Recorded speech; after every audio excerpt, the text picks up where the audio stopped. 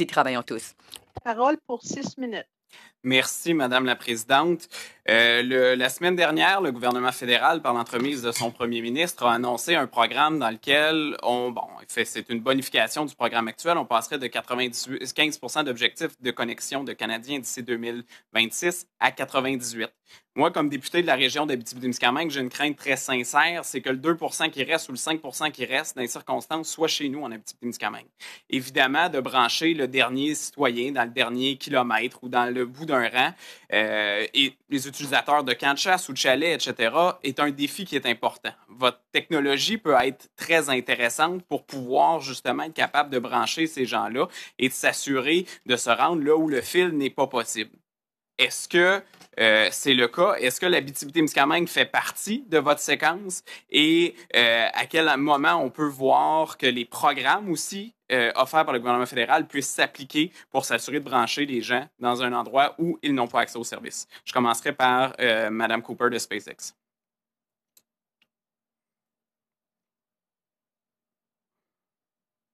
Thank you very much.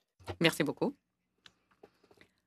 Alors, à ce stade de notre test bêta public, et la couverture du Canada dépend du nombre de satellites que nous avons en orbite. Donc, le nombre de satellites qu'on peut voir à partir d'un lieu précis sur Terre. Alors, c'est dicté par l'architecture, si vous voulez, de notre constellation d'orbite, plus que par des décisions d'affaires. Alors, actuellement, nous offrons notre version bêta publique préliminaire à des clients canadiens jusqu'à environ 15 degrés au nord. Et au fur et à mesure que nous lançons plusieurs satellites, nous serons en mesure d'élargir cette zone. Nous couvrirons éventuellement le Canada au complet. C'est ça la réalité. Nous avons lancé des projets préliminaires dans l'État de Washington, par exemple, aux États-Unis, pour le bureau des urgences de cet État à l'appui de leurs premiers intervenants qui travaillaient dans une collectivité qui avait été touchée par l'un des feux de forêt là-bas.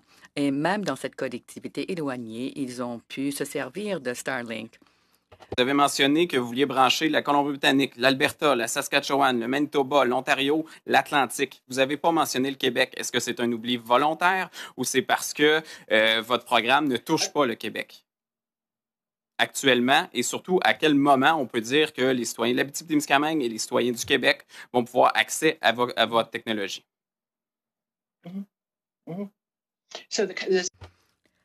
Donc, les provinces que j'ai listées, c'est là où le projet bêta est offert jusqu'ici. Mais les satellites vont couvrir l'entièreté du Québec, éventuellement.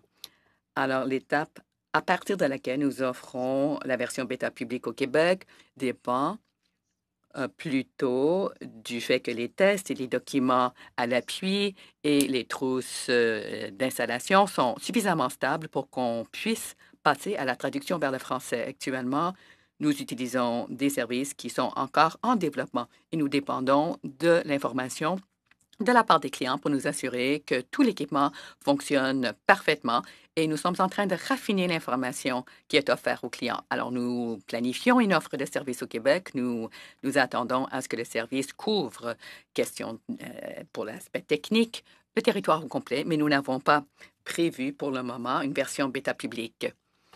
De voir que l'ensemble des provinces du Canada sont couvertes, sauf le Québec.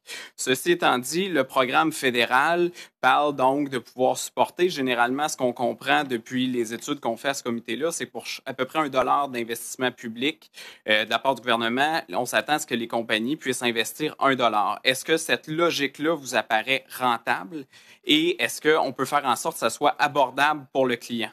Parce qu'effectivement, je constate comme mon collègue M.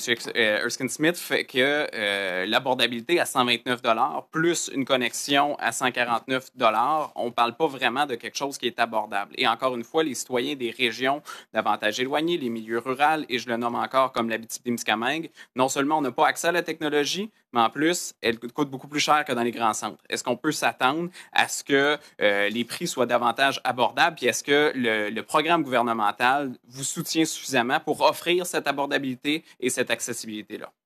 Je dirais à SpaceX, à M. Goldberg de Telesat. Oui, merci de votre question. Nous offrons un service à travers le Québec actuellement. Nous devons mieux faire pour nous assurer que le prix aille à la base. Voilà pourquoi nous investissons des millions de dollars dans notre constellation de satellites en orbite terrestre basse, dite LEO en anglais. Et nous allons améliorer ainsi la capacité et la connectivité en toute collectivité. Nous en parlons avec le gouvernement fédéral. Nous abordons la question avec des fonctionnaires au Québec et nous leur avons offert des propositions à cet effet. Notre constellation de satellites en orbite terrestre basse non seulement desservira le Québec, mais nous allons, je crois, le fabriquer au Québec. Nous allons créer environ 1000 emplois de bonne qualité en haute technologie au Québec afin d'appuyer votre économie, non seulement en offrant la connexion à la large bande, mais en embauchant les gens pour les fabriquer, l'équipement. La technologie peut être une réponse pour l'Abitibi-Témiscamingue et vous inviter sincèrement à considérer cette région-là en priorité. Merci.